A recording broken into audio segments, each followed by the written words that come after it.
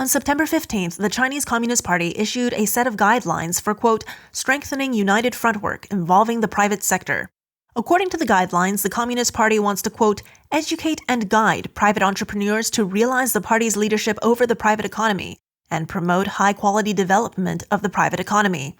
The party is also looking to strengthen political thinking guidance of personnel in the private sector and train competent representative figures of the sector. Private entrepreneurs, the guideline states, are 自己人 or one of us.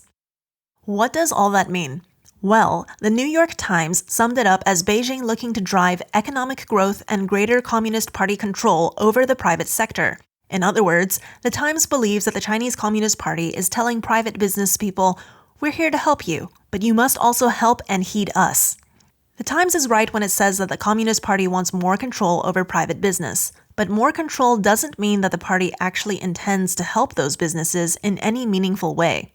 The Chinese Communist Party is an ideological organization, and Marxism-Leninism demands the subordination of all entities to the dictatorship of the proletariat. Party General Secretary Xi Jinping is very blunt about this in his speeches. Government, military, civilian, and academic, east, west, south, north, and center, the party leads everything. In other words, there is no such thing as give and take between the Communist Party and private business. The party considers itself entitled to take whatever it wants, whenever it wants. Those who refuse the party will pay the consequences. In this video, we will look at what the Communist Party really means when it says that it wants to educate and guide private entrepreneurs, and what consequences will arise from this move. The guidelines we mentioned at the start of this video tell us how the Communist Party should educate and guide private entrepreneurs. Entrepreneurs must be taught to, quote, obey and follow the party. They must also be, quote, encouraged, supported, educated, and guided to tread the path of socialism with Chinese characteristics under the leadership of the party. Their brains must be, quote, armed with Xi Jinping thought. The goal of education and guidance is to produce, quote, politically clear people who maintain a high degree of consistency with the Central Committee of the Chinese Communist Party. In translating Communist Party lingo, Beijing wants to brainwash private business people into becoming loyal servants of the party. Business people who are sufficiently indoctrinated or know what it means to be politically correct in the current climate will do their, quote, patriotic duty and make the needed sacrifices to help Beijing uphold and promote socialism with Chinese characteristics, which is the party's modern interpretation of communist ideology. They will also obediently repay the regime when the Chinese Communist Party demands it.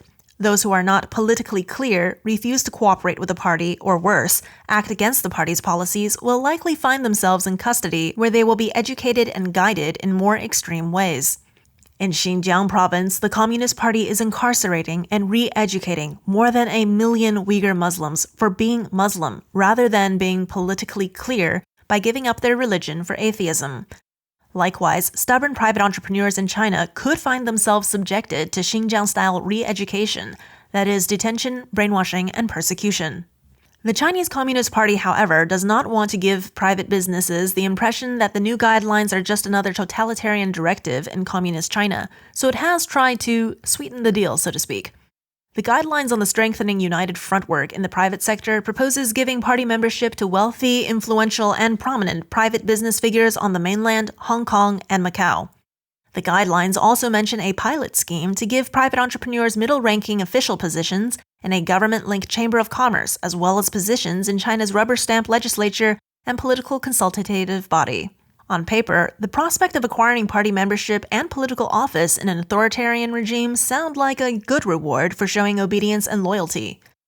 But a closer look at the offices on offer show that they are essentially honorary positions that give the holder little real power.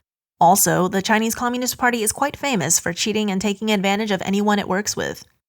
Private entrepreneurs may find themselves having to contribute generous donations to the party or partake in other forms of wealth redistribution as the price for their shiny new political titles.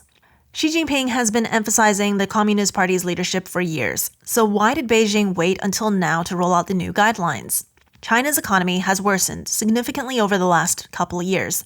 Economic growth has been falling for a whole decade. This year, the coronavirus pandemic has ravaged China's GDP so badly the government didn't even bother setting a growth target. Meanwhile, China's tech companies have to deal with crippling U.S. bans, a phenomenon that curbs a key channel of earnings for the regime. The pandemic and severe natural disasters have further damaged the Chinese economy. Basically, the Chinese Communist Party is expanding its control over the private sector now to maintain social stability as it tries to deal with these multiple crises facing it. Beijing also needs to find ways to replenish its dwindling treasury, rescue the economy, and stabilize the regime. The private sector represents an indispensable source of funding. The Communist Party is thus desperate to bind private entrepreneurs even closer to its rule as it seeks financial lifelines to safeguard its power. To sum it all up, Communist China sees the private sector as life support for authoritarian rule, not as a negotiating partner, as the Communist Party claims in its official propaganda. Today, the blatant move to increase control over private business reflects Beijing's desperate financial situation.